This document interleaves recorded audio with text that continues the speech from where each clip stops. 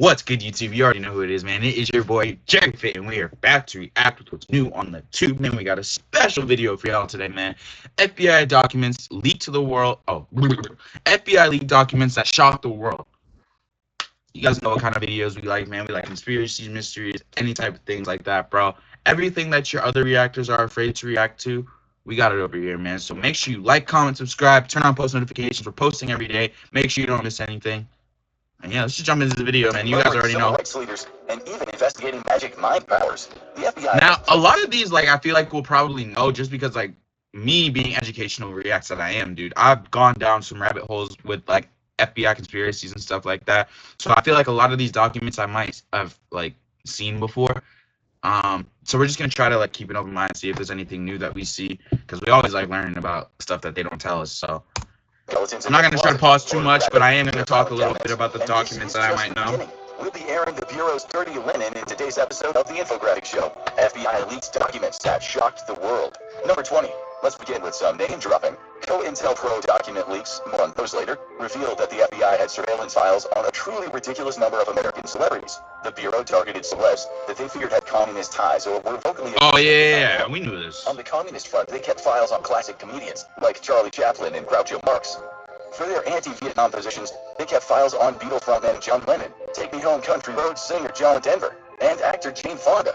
Who else were they spying on? The list is insane, but it includes Frank Sinatra, Elvis, Michael Jackson, Lou Costello, Sonny Bono, Bob Dylan, Mickey Mantle, Marilyn Monroe, and a certain boxer whose inclusion will be extremely relevant later. Oh, and it goes without saying that they didn't find anything useful on any of those people. But dude, what I was gonna say about this document was that, dude, there was, like, during the Cold War back in the day, I don't know if it was a political figure, maybe they had a document on, I don't know why they didn't say his name. Like, if I heard his name, it would have just went off in my head. I probably would have paused the video right then and there, but I was trying to see if they were gonna say his name. But I remember learning about him in school, man.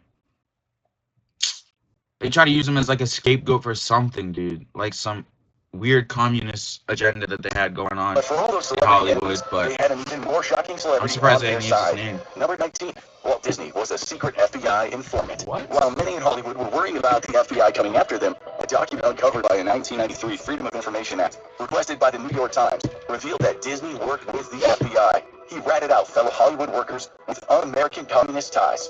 Who knows how many people ended up on watch lists or in jail because the creator of Mickey Mouse told the FBI that they were secret commies. Disney was so cooperative with the FBI that he was given the title Full Special Agent in Charge Contact in 1954. Bro, that's crazy, because I wonder, like, what he was getting out of that, bro. You have to think about these things, man. Everything is a relation, like, business relationship-wise, bro. Nobody does things out of the kindness out of their heart, man. I'm telling you, man. There's always an agenda behind it.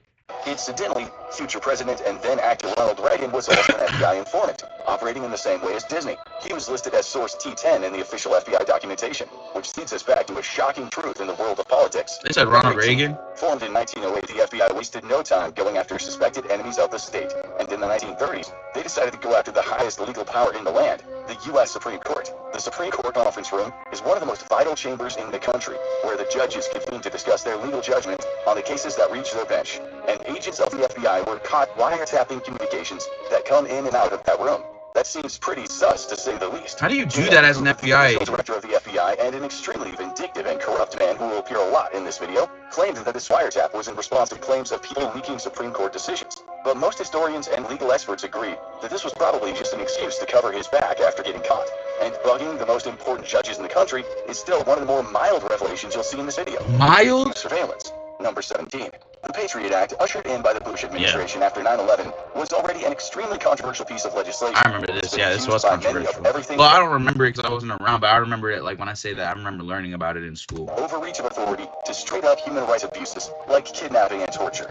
And the FBI is responsible for their fair share of Patriot Act abuses, as later released documents revealed. They used the Patriot Act sunset provision as an excuse to access and track all telephone calls made in the U.S. They also made wide use of exigent letters, a provision that allowed them to get around information gathering protocols by claiming it was an emergency. These loopholes let them spy on the American people en masse.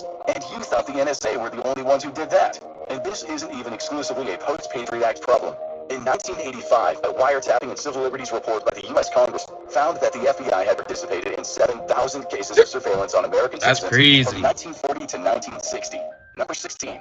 Sometimes the FBI Gotta be spied careful on on them and phones, y'all. knew weren't any threat, and we have the leaked documents to prove it. The Bureau's file on the Black Student Union, or BSU, revealed some of the Bureau's views on certain groups. The BSU was formed to fight for the rights and representation of newly integrated black students on college campuses, and the FBI file called the group dormant, incompetent, and showing, quote, no radical or militant ideas. Despite this, it was recommended that agents still spy on, infiltrate, and gather blackmail material on the group. Dude, that's crazy, bro. Because, like, obviously now black student unions are all over campuses in America.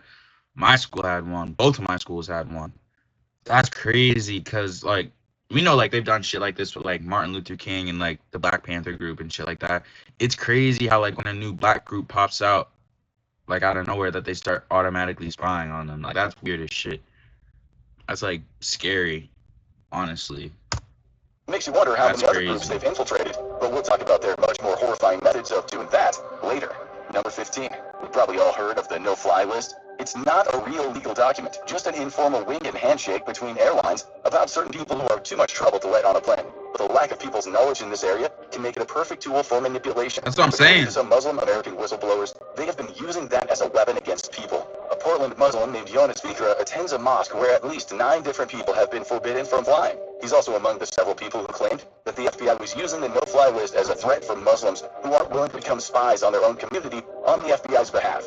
That's a choice. Either you agree to be a rat on the people who attend your mosque services, or you kiss your flying privileges goodbye. What? And Fikra, by his own count, got a particularly rough experience of this. When the 36-year-old Eritrean-born American denied the FBI their information, he was taken to a foreign jail and, according to him, tortured. And then he launched a lawsuit against the FBI, citing several other people who had gone public about their experience, like Jamal Tarhouni and Michael Migliore. Sadly, if other leaked documents and reports are to be believed, this kind of coercion and cruelty is the least of the FBI's problems. Least? From the downright evil to the downright stupid, we have the 2010 incident that unfolded between the FBI and 2 Chicago activists named Mick Kelly and Lyndon Gaboy. I don't know if I heard resulted this in some one. leaked documents for the dumbest reason imaginable. So why were Kelly and Gaboy under the FBI's legal microscope in the first place? Well, the couple were members of both the Freedom Road Socialist Organization and the Committee to Stop FBI Repression. Given their connections to this scene, the FBI wanted to make sure they weren't planning anything subversive. So they sent FBI agents over in a raid to completely turn over the couple's apartment, stealing thousands of documents in the process. But this isn't about what they took, it's about what they left behind. 7 months after the incident, while looking through their own filing cabinets, Kelly and Gaboy found an FBI operation plan that had been left behind by the raiding agents. It not only contained the details about the raid, but also plans to investigate and interrogate 2 completely different activists, Meredith Abbey and Jessica Ray Sundin. Their trip to Colombia to attend a peace summit led the FBI to suspect them that they were connected to the Revolutionary Armed Forces of Colombia. That's so crazy, bro. You could just be genuinely going on vacation, and these people are watching you so close, just coming up with their own, like, assumptions, dude. That's nuts, man. And then all of a sudden, like, you have people following you, going through your shit, watching your shit closely. Like, y'all gotta be careful, man. It's part of a truly ridiculous oversight, but that is somehow still less shameful than what comes next. Number 13. In the 1960s and 1970s, the FBI was seriously investigating extrasensory perception, or ESP, by which we mean people with psychic powers. Yes, really. It all began with William Foos, a man who claimed that he could read text through walls. The FBI investigated him extensively, given that these powers could either be an asset or a threat to national security. Of course, it turned out to be nothing. William Foos was just another huckster who'd wasted FBI time and taxpayer money. But it started again in the 1970s, when TV psychic Uri Geller took the world by storm with his spoon-bending antics. Again, this turned out to be another delicious nothing burger, as there was no scientific basis discovered for psychic powers. It was just a big, embarrassing dead end. And the fact that the press reports on these scandals is exactly why we have our next insane entry. Number 12. One of the FBI's many stated enemies is the American free press. Journalists have frequently fallen under their scrutiny, as shocking FBI documents have revealed. The FBI used their legal weight to obtain records from 21 different phone lines used by more than 100 Associated Press reporters, hoping to keep track of their activities. They also used search warrants to harass Fox News reporter James Rosen, getting around laws designed to protect journalists from these kind of frivolous legal attacks. And of course, in 2010, they used more of those legally dubious exigent letters that we mentioned earlier to obtain the phone records of 7 New York Times and Washington Post reporters and researchers. It was a move that was equal parts an attempt to surveil and intimidate reporters who might want to keep track of their misdeeds. But what do you think is worse in the long run? Using your legal power to suppress reporters, or knowingly working with violent psychopaths? Number 11. Working in the FBI can lead you to having some strange bedfellows. Whatever gets justice done, right? Even if that means working hand in hand with a vicious mafia hitman who who was still actively killing people while working as an informant. And somehow, documents leaked decades after the case revealed it was even worse. Joseph the Animal Barboza Jr. didn't get that nickname because he was a party animal. He was a New England mob hitman with exceptionally brutal tactics, including using his teeth on opponents. Working under the Patriarca crime family, he murdered at least 20 people from 1964 to 1970, and he took the lives of even more, likely with the collaboration of the FBI. At some point, the animal got picked up by the FBI and entered the witness protection program, informing on both allies and enemies to save his own skin. And given that he was a pretty central figure in the Massachusetts underworld, this information helped him put away plenty of other goons. The problem was the animal was still a volatile homicidal creep and murdered someone while directly under the FBI's watch in 1965. No way. But because the animal was too important as an informant for the FBI to go down, they sent down 4 other people for his latest murder, using the sadistic hitman as a star witness. Are you kidding These me? innocent people were sentenced to decades in prison because the Bureau needed the actual killer to help in their investigations. Later, in 1976, the animal was taken out by his own crew, blasted at close range with a shotgun after being exposed as a snitch. He was a man so unpleasant that after his death, even his lawyer, Adley Bailey, said, quote, "With all due respects to my former client, I don't think society has suffered a great loss." Bro, you know it's bad when your own lawyer says some shit like this about you, bro. Because you know he was getting paid good for all of this, dude. And I'm sure, I mean, he had to have known about the FBI informant shit, too, so. That is But nuts. the 4 men who'd gone down for one of his crimes did suffer a great loss. They weren't cleared of their charges until 2001, at which point half of them had died in jail. And a dark twist, Joseph the Animal Barboza Jr. wasn't even close to the nastiest gangster that the FBI worked with, as years of declassified documents have shown us. Number 10. When you're thinking of... Yeah, I mean, if you've seen Black Mass, bro, you know. And, I mean, if you just do your research, if you're a mafia head like myself, then you know, man. The first name that comes to mind might be Al Capone or John Gotti, but Irish mobster Bulger wouldn't be too far behind. Bulger was a manipulative crime genius with a violent streak who ruled the Boston underworld for years. And of course, he was a close personal friend of the FBI too. So much so that their actions from the neighborhood increase his power against rival gangsters in the area. He had been a star informant or a strategist, as Bulger himself liked to put it, for the Bureau since 1975. His liaison was his childhood friend, FBI agent John Connolly, who Bulger easily turned into a tool to advance his own interests, allowing him to use the FBI as a weapon. Bulger's minion, Stephen the Rifleman Fleming, gave him incriminating dirt on the Angulo crime family, which Bulger then passed on to the feds. This decimated the gangsters and created a power vacuum that Bulger and his goons gladly filled. In return, they lavished the FBI with cash and expensive gifts in exchange for keeping legal scrutiny off of them. Things got so bad that the thoroughly corrupted Agent Connolly started informing Bulger when other gangsters were going to inform on him, allowing Bulger to have them killed. It's not a stretch to say that the FBI were essentially acting as ball boys for a murderous crime lord. This went on for years until Bulger was at last sent down and his criminal empire collapsed. No thanks at all to the FBI agents who helped him along the way. Number 9. Before we get to the next insane examples on the list, you might find yourself asking, who is leaking so many of these files? And the answer to that, for a lot of these, you can thank one small but brave group, the Citizens Commission to investigate the FBI. They were a small group who didn't much like the role the FBI was playing in suppressing anti-Vietnam War activists. So they decided to break through their wall of silence and get one over on the feds. In 1971, they performed a stunning break-in on an FBI field office in Media, Pennsylvania. And we cannot stress enough, these weren't expert secret agents, they were just a bunch of volunteers on a mission. They were able to infiltrate the outer layer of security by putting up a piece of paper that said, "Please don't lock this door tonight," on a window. And it somehow worked. And then they were able to jimmy their way into the file room because all the agents and the guards in attendance were distracted by watching a much-anticipated Muhammad Ali fight that evening. The group stole over 1,000 files and distributed them to every media outlet they could, exposing so many of the FBI's dirty little secrets that we're discussing right now. And the beautiful irony of this happening during the Ali fight, he was one of the many celebrities that the FBI kept files on. Yeah, Number 8. Dude, I wonder how many of those people that broke into that building are still alive. One of the many files leaked as a result of the Citizens Commission to investigate the FBI raid. We know was one concerning the assassination of Fred Hampton, the leader of the Black Panthers. Hampton, I just talked about this earlier. Fellow leader Mark Clark, not all the way, was but murdered in a Chicago police raid executed before dawn on December 4th, 1969. The story at the time was that there had been a brutal shootout that simply left the Black Panthers leaders dead. But in reality, the police had fired between 82 and 99 rounds, and the Panthers had only returned 1. At the time, it was framed as the work of the Chicago police, but the leaked documents revealed it was all a part of their wider COINTELPRO scheme of Hoover's FBI. More on the insane specifics of that later. First, in the early 1970s, it was revealed that the Chicago Black Panther Party Chief of Security, William O'Neill, was an informant on the FBI's payroll. This clearly could have created a vulnerability that they could exploit when it came to murdering Fred Hampton and Mark Clark. A leaked FBI document also showed that they had a detailed floor plan of the apartment where the assassinations took place, supplied to the police before the raid. And also, before the raid, O'Neill, the turncoat working for the FBI, slipped Hampton a psychobarbital sedative to ensure that he couldn't fight back when the armed cops came streaming in.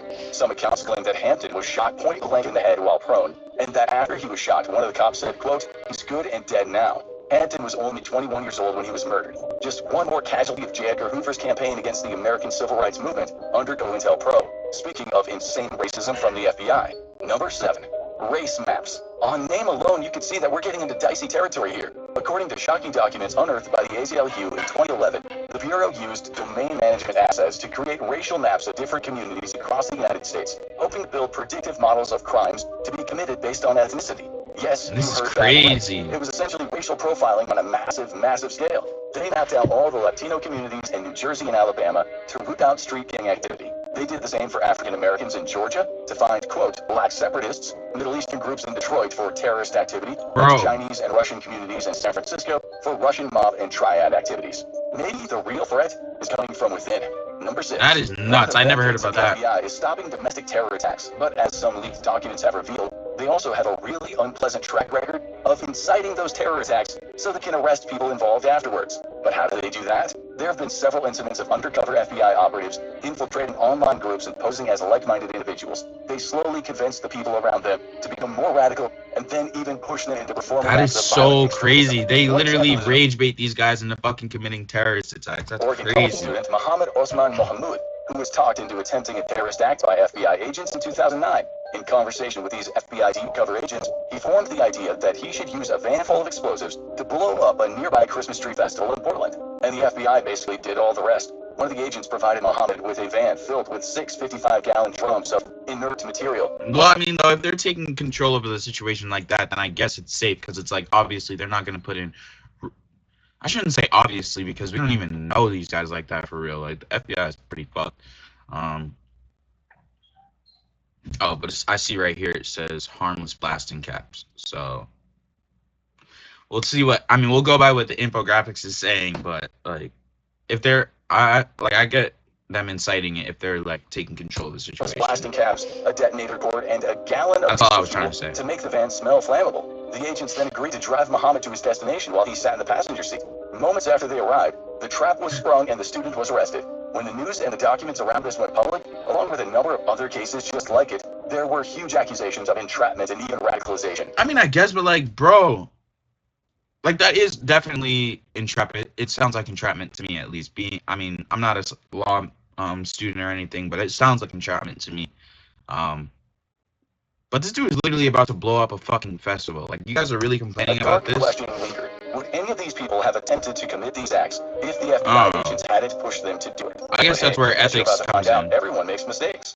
Number 5. Not all classified FBI files end up getting leaked because of enterprising infiltrators or attorneys with Freedom of Information Act requests. Sometimes important FBI files end up in places where they shouldn't due to pure embarrassing incompetence. And this was the case for high-ranking FBI agent John O'Neill. In July of 2000, O'Neill lost a briefcase containing the annual field office report, which contained, among other things, quote, a description of every counter-espionage and counter-terrorism program in New York. This sent everyone into panic mode. The briefcase was thankfully later found with no evidence of infiltration, indicating that it was stolen by petty thieves rather than agents of international espionage. But a high-ranking FBI agent being outfoxed by common thieves basically spelled the end of O'Neill's career, leading to a forced early retirement. He took another job as the head of security at the World Trade Center shortly afterwards, and was then among the thousands killed in the 9/11 terrorist attack. That it was a sucks, tragic turn of fate. Losing that briefcase full of important documents started a direct line toward his death. Yeah, that's crazy. It's crazy to think about shit like that, like how but is it called the snowball effect, or like things that like lead into bigger events? I don't know. Like that's some. Oh my gosh, dude! The way that I just did that, I did not mean to do that. I'll probably actually honestly edit that out, dude. I like just meant to like. Dude, oh my gosh, bro! I did not mean anything by that, and I'm genuinely sorry. Number 4. If you're on their enemy list, not being inside the United States won't necessarily save you from the activity of the FBI, as documents revealed by the ACLU have shown. Welcome to the frightening and legally messy world of proxy detentions. So, what is a proxy detention? In the context of the FBI, it's when they work with a foreign government to detain someone they don't like. Then they have this foreign government soften out the suspect, sometimes through methods nominally illegal in the United States, like torture, before entering to question them for the FBI's interests. And there are multiple examples of this happening. One is Amir Mashal, who was detained at the Kenyan border by a joint U.S., Kenyan, and Ethiopian task force in 2007. According to the ACLU, Mashal was transferred between 3 different East African countries without charge, access to counsel, or presentment before a judicial officer, all at the behest of the U.S. government. FBI agents interrogated Mashal more than 30 times during his detention. A similar thing happened to Naji Hamdan, an LA-based Lebanese-American businessman who was interviewed by the FBI several times. After he moved to the UAE, he was detained there too, where he was interrogated, beaten, and tortured for 3 whole months. At one point, an unknown American man participated in his torture, who seemed to have been knowledgeable of things he said in prior interviews with the FBI, suggesting that there was collusion between the FBI and the UAE security forces. And while both of these were Bush-era cases, there is evidence that these FBI proxy detentions could have continued into the 2010s. That's crazy. A teenager Gulet Muhammad was detained in Kuwait, possibly on orders of the FBI, who had been previously interested in Muhammad. Number 3. One of the FBI's most hated nemesis wasn't a terrorist or a serial killer or a mobster. It was iconic civil rights leader Dr. Martin Luther King Jr. Under the iron fist of J. Edgar Hoover, the Bureau saw King's campaigning for equality of the races, as well as political and economic reform, as one of the most pressing threats to the status quo. And while millions across the globe found his 1963 I Have a Dream speech to be powerful and inspiring, the top brass of the FBI saw this as the straw that broke the racist camel's back. In a memo later leaked to the public, 2 days after the address, FBI Domestic Intelligence Chief William Sullivan said, "We must mark him now, if we have not done so before, as the most dangerous person of the future in this nation, from the standpoint of communism and national security." Hoover approved sweeping surveillance programs into King's personal life, hoping to prove that he had credible communist ties that they could then use as an excuse to arrest him. But despite going on for a year, they didn't find any evidence that King was a secret communist, which in the icy heat of the Cold War was about as bad as being found to be a cannibal. However, the FBI snoops did find a consolation prize. King was having numerous extramarital affairs, and they compiled a package of compromising sex tapes that they hoped to use to twist King's arm. And this led to the somehow even more horrifying discovered document in this example, the 1964 King blackmail letter, believed to have been directly penned by Domestic Intelligence Chief Sullivan, disguised as a black citizen. In the letter, he hurled vicious insults at King and held the evidence of his affairs over him, containing charming extracts like, "You have been on the record, all your adulterous acts, your sexual orgies extending far into the past. This one is but a tiny sample. I know you for what you are, an evil abnormal beast." The FBI's intent in this letter was convincing King to end his civil rights career and his own life within 34 days, or all the tapes would be leaked. Thankfully, King didn't bend to the blackmail, and the plan is left as little more than a disgusting farce in FBI history. And it was part of an even bigger disgusting farce. Number 2, we've name-dropped COINTELPRO a lot in this video, but what exactly was this sweeping initiative discovered by the Citizens Commission to investigate the FBI in 1971? Short for Counterintelligence Program, COINTELPRO was J. Edgar Hoover's baby. It was a huge and often extremely illegal series of operations that aimed to expose, disrupt, misdirect, discredit, or otherwise neutralize the American civil rights and organized labor movements. That was Hoover's phrasing, not ours. And as we've seen from all the examples mentioned in this video so far, they had some downright evil tactics for achieving their goals. And in a more general sense, they used tactics that wouldn't be all that surprising to see in the Stasi playbook. They infiltrated groups with undercover agents and paid informants, stoking internal conflicts that often caused them to fall apart from within. They were not above blackmail, gaslighting, and other psychological warfare, and even murder in cases like Fred Hampton. 85% of COINTELPRO resources were dedicated to taking down left-wing subversive groups, playing into the Red Scare culture of the Cold War. Only around 15% of the resources were dedicated to taking down right-wing extremist groups, like the National States Rights Party and the Ku Klux Klan. Wow. And speaking of the Klan, number 1. Amongst gangsters, hitmen, and Walt Disney, one of the most infamous men that the FBI ever worked with was Gary Thomas Rowe Jr., a special agent that infiltrated the KKK in order to monitor and disrupt their activities. But while doing that, he also participated in some of the most violent and horrifying crimes, all with the FBI being knowingly complicit. In May 1960, he joined the most violent chapter of the Klan in American history, the Eastview Clavern 13. And while with this Clavern, he plotted a vicious 1961 attack on the Freedom Riders in Alabama, with his Klan buddies and several corrupt high-ranking members of the Aren't they supposed to stop shit like this, police. though? They beat the unarmed riders with iron pipes, For baseball bats, and bicycle what? chains. He was also likely involved in the 1963 16th Street Baptist Church bombing. Bro, this is not even FBI work anymore. Are you kidding me right now? Like, this is actually so infuriating to listen to. Killed 4 young This girls, isn't even as well as like, an you're just attempted letting bomb this shit in happen. his motel room. He was also linked to the killing of civil rights activist Viola Liuzzo. When they saw her driving with a black man in Alabama, Rowe and other KKK members chased down her car and shot her dead. When he left FBI service, he was given immunity for all the crimes he committed. How do we know about all this? Well, because Rowe himself admitted it in his 1976 autobiography, My Undercover Years with the Ku Klux Klan, along with his Senate testimony. Seeing as he already received immunity from the FBI for all of his crimes, he didn't have anything to lose. And all of those salacious criminal details certainly helped move copies of his books. It's only the best for the Federal Bureau of Intelligence. Nah, bro, that actually was so infuriating to listen to at the end, bro. I apologize earlier. Obviously, you can see the energy switch after I made that mistake. I just want to say it was clearly a mistake. But I hope you guys enjoyed that video. And yeah, man, let me know if you guys like videos like this. Like, comment, subscribe. Turn on post notifications so you don't miss any videos. Make sure, you know, you're tuning in. You guys know that we that's good.